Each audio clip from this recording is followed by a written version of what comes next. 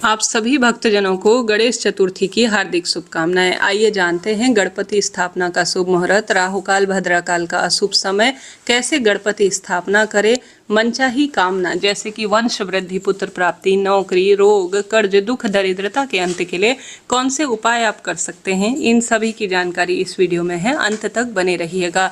27 अगस्त 2025 घर घर में गणपति विराजमान होंगे और अपनी इच्छा शक्ति सामर्थ्य अनुसार भक्तजन 2 दिन के 10 दिन के गणपति अपने घर बिठाते हैं, जो कि अपने आप में अद्भुत और श्रेष्ठ है। आप जानते होंगे हमेशा गणपति का मुख जब आप चुनाव करें, बाईं तरफ के गणपति घर में विराजमान करने के लिए सबसे उत्तम माने जाते हैं। किसी कारण से बाईं तरफ मुख वाले गणपति ना मिल पाए तो दाहिनी तरफ मुख वाले भी ला सकते हैं। गणपति चुनाव करते समय आप ध्यान रखिए कि बहुत बड़ा साइज अपने घर पर नहीं रखते हुए साधारण सरल सा छोटा सा साइज अपने घर पर विराजमान करें। जहां पर भी आप गणपति विराजित करना चाहते हैं, आपका पूजा का मुख आपका जो है वह पूर्व या उत्तर दिशा की ओर होना चाहिए। उस स्थान को साफ स्वच्छ कर लीजिए, वहां पर सुंदर फूलों की माला डेकोरेट कर लीजिए। और इस बार 27 अगस्त 2025 में पूजा का शुभ समय अर्थात जो गणेश जन्म उत्सव हुआ था उसी समय शुभ मुहूर्त बन रहा है। 11:03 से 12:20 के आसपास गणपति स्थापना पूजा का मध्याह्न का यह सबसे अच्छा समय है। शुभ चौघड़िया सुबह 9 बजे से लेकर 10:30 बजे तक हो रहा है। अमृत काल सुबह 5:15 से 7:45 के आसपास है। लाभ का चौघड़िया दिन में 1:30 से 3 बजे के आसपास तक हो रहा है। जहाँ पर भी अब पढ़ते हैं पूजा की तरफ, आप सभी सबसे पहले इस दिन कलश स्थापना जरूर करें गणपति के समक्ष, यह सबसे शुभ माना जाता है। गणपति स्थापना करते समय इस बात का ध्यान रखें कि गणपति जी के दाहिने तरफ आप सभी को जो है चावल या गेहूं की ढेरी बना लेनी चाहिए और जो कलश होता है उसे सबसे पहले स्थापित करना चाहिए, क्योंकि इसमें नवग्रह, हमारे इष्ट पितृ, देवी देवता और सभी जो भूदेवता हैं, ग्राम देवता हैं, हमारे इष्ट पितृ हैं, सभी इसमें वास करते हैं। तो एक कलश जिसमें गंगा जल भर लीजिए, मुख पर मौली और स्वास्तिक बांध लीजिए। कलश के अंदर 1 रुपए का सिक्का, हल्दी की गांठ, अक्षत, पुष्प और दुर्वा घास डाल दीजिए। ऊपर से चावल का भरा हुआ पूर्ण पात्र रख लीजिए।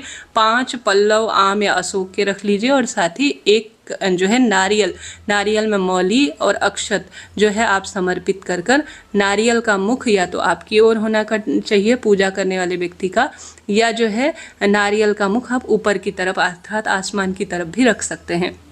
आपने देखा होगा अभी मैंने करके दिखाया, थोड़ा बोलने में आगे पीछे हो रहा है क्योंकि सभी चीज़ें बतानी पड़ती हैं, इस कारण से। अब आप जो नए गणपति लाए हैं जिनका आप विसर्जन करेंगे, उन्हें सबसे पहले आप सुंदर भाव सच्चे मन से स्थापित करें, परंतु घर पर रखे हुए गणपति गजानन को भूला नहीं जा सकता। तो उन्हीं के साथ जो आपके घर के मंदिर में रोज गणपति विराजित हैं उन्हें भी जरूर स्थापित करें। आप चाहें तो घर के मंदिर में ही गणपति की स्थापना कर लीजिए, अर्थात जो पहले वाले हैं आपके गणपति उन्हें घर के मंदिर में ही पूजित करें। रिद्धि सिद्धि के बिना पूजा अधूरी है, तो गणपति के दाएं और बाएं तरफ रिद्धि सिद्धि इस तरह से सुपारी के बनाकर उनमें चावल का आसन देकर उन्हें विराजित करें।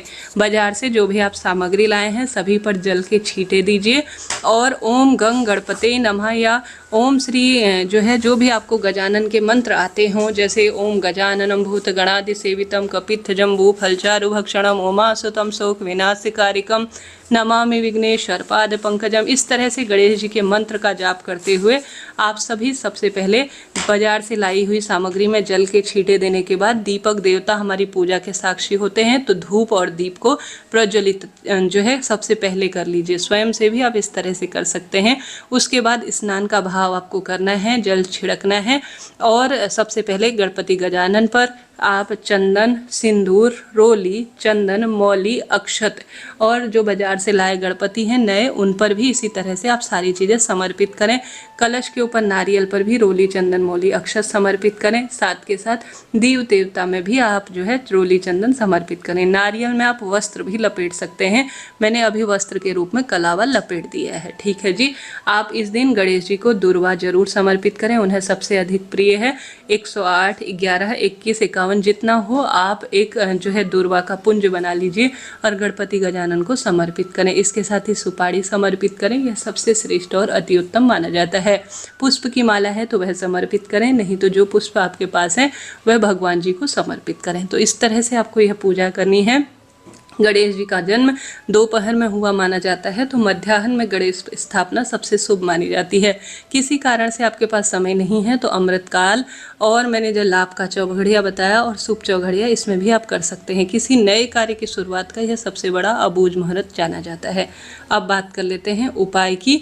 जैसा कि गणपति गजानन को सबसे अधिक प्रिय है शमी का पत्ता, जो कि जिसे प्राप्त कर लेने से गणपति बहुत प्रसन्न होते हैं। इस बार बुधवार का दिन हो रहा है, तो गणेश जी को तो सबसे पहले उपाय के रूप में आप 108 दूर्वा घास, आपके क्षेत्र में गणपति स्थापना कहीं भी हुआ हो या शिव मंदिर में जाकर 108 गणेश जी को दूर्वा घास, शिवलिंग पर दूर्वा घास आप जरूर चढ़ाएं, इससे सौभाग्य बढ़ता है। दूसरा उपाय शमी पत्ते का सुनिएगा, दक्षिणा जरूर रख दीजिएगा। जो हम नहीं ला पाए हैं चीज़ें, उसकी पूर्ति के लिए दक्षिणा रखी जाती है। अंतिम दिन जो है इस दक्षिणा को दान में दे दिया जाता है। साथ ही गणेश जी को बहुत प्रिय है तांबुल अर्थात पान का भोग लगाना, तो मैंने जो गणपति के सामने सुपारी थी उसे जो है विशेष तौर पर पान के पत्ते या किसी भी शुभ पत्ते में आप तांबुल का स्मरण करते हुए कि मैं गणेश जी को मीठा पान भोग लगा रही हूँ, लौंग, इलायची और सुपारी उसमें रख दीजिए। यही चीज़ें जो है आपने देखा होगा जो हमारे पास पान होता है बाजार से लाया हुआ मीठा, उसमें भी समर्पित होता है। तो इन्हीं चीज़ों का आप पान का बीड़ा समझकर भोग लगाएं। गणेश जी को मोदक प्रिय हैं, बेसन के लड्डू, इनका भोग आप सच्चे भाव सच्चे मन से बड़ी प्रार्थना के साथ गणपति के समक्ष रखें। केला आपके जानते होंगे इन्हें बहुत प्रिय है, वह समर्पित करें। यह पाकर गणपति गजानन प्रसन्न होते हैं। इसके अलावा सेव, अनार जो मौसमी फल हैं, उन्हें आप सभी गणपति के समक्ष रखें। प्रश्न आता है दीदी हम कब जो है प्रसाद को हटा सकते हैं, तो आपको बताते हुए चलूं कि प्रसाद को हमेशा जो मीठा होता है जैसे लड्डू इत्यादि हैं, ये सब आपको 15-20 मिनट के अंदर ही उठा लेना चाहिए। भगवान इसका आस्वादन कर चुके हैं खुशबू के माध्यम से, तो आपको यह 1-2 फल यहाँ पर आप रख सकते हैं, जल का लोटा रख सकते हैं, परंतु मीठा, मिष्ठान इत्यादि बाद में चीटी इत्यादि भी इनमें हो जाती है, तो आप भक्तजनों में वितरित कर सकते हैं। तो प्रसाद सभी चीज़ों का आप भोग लगाएं। एक विशेष प्रसाद जो कि मनोकामना पूर्ति के लिए जाना जाता है नारियल का, जैसे कि गोला हमारे पास होता है, गोले को बीच से काटें, उसमें गुड़ रखें और अपनी मनोकामना कहकर हे गणपति गजानन आपको मैं विशेष भोग लगा रही हूँ। जितने दिन गणपति आपके पास हों आप चाहें जो भी उनको भोग लगाएं, परंतु उसके साथ गोला और गुड़ जरूर भोग लगाएं। यह मनोकामना का सबसे श्रेष्ठ कार्य माना जाता है। यह कार्य आप किसी मंदिर में भी भोग स्वरूप जरूर लगा के आएँ। गुड़ और जो है नारियल गणपति को बहुत प्रिय है, जो भी इसका भोग गणपति को लगाता है वह प्रसन्न हो जाते हैं। साथ ही एक जल का लोटा गणपति के समक्ष रखें, ड्राई फ्रूट इत्यादि का भी गणपति को भोग लगाएं। और इसके बाद बारी आती है गणेश चतुर्थी व्रत कथा सुनने की। आप सभी भक्तजन अपने दाहिने हाथ में अक्षत लेकर गणपति गजानन अर्थात जो गणेश चौथ व्रत की कथा है उसका पूरा रसवादन कीजिएगा। यह बहुत श्रेष्ठ और उत्तम माना जाता है। तो इस तरह से आपको गणपति स्थापना और पूजन करना है। अब आप सभी को एक 9 शमी पत्र का उपाय बताती हूँ, जो कि गुरुजी ने नौकरी, पुत्र प्राप्ति, रोग, कर्ज, दुख, दरिद्रता के अंत के लिए बताया है। इसमें गुरुजी कहते हैं 9 शमी के पत्ते आपको लेकर जाने जाना है महादेव के मंदिर में। सबसे पहले शिवलिंग पर आप सभी को 5 शमी के पत्ते समर्पित करने हैं। उसके बाद 3 बचे हुए शमी के पत्ते आपको जो है गणपति के स्थान पर समर्पित करने हैं और एक दीपक लगा देना है और प्रार्थना करनी है कि गणपति हमारे सब काम सिद्ध करें। ऐसी प्रार्थना करते हुए एक अंतिम बचा हुआ शमी का पत्ता शिव मंदिर की चौखट पर आप रखकर बाईं तरफ एक दीपक लगा देते हैं, तो गणपति गजानन आपके घर वंश वृद्धि निश्चित रूप से करते हैं। तो 9 शमी के पत्ते का यह उपाय इस चतुर्थी के दिन जरूर कीजिएगा। अब बात कर लेते हैं एक अंतिम कार्य की, जो कि हमारी पूजा को संपन्न करता है। हमें एक कपूर और दीपक जोड़ लेना है और इसी से गजाननम भूत गणादि सेवितम, इसकी यह जो है मंत्र बोलते हुए आरती करनी है।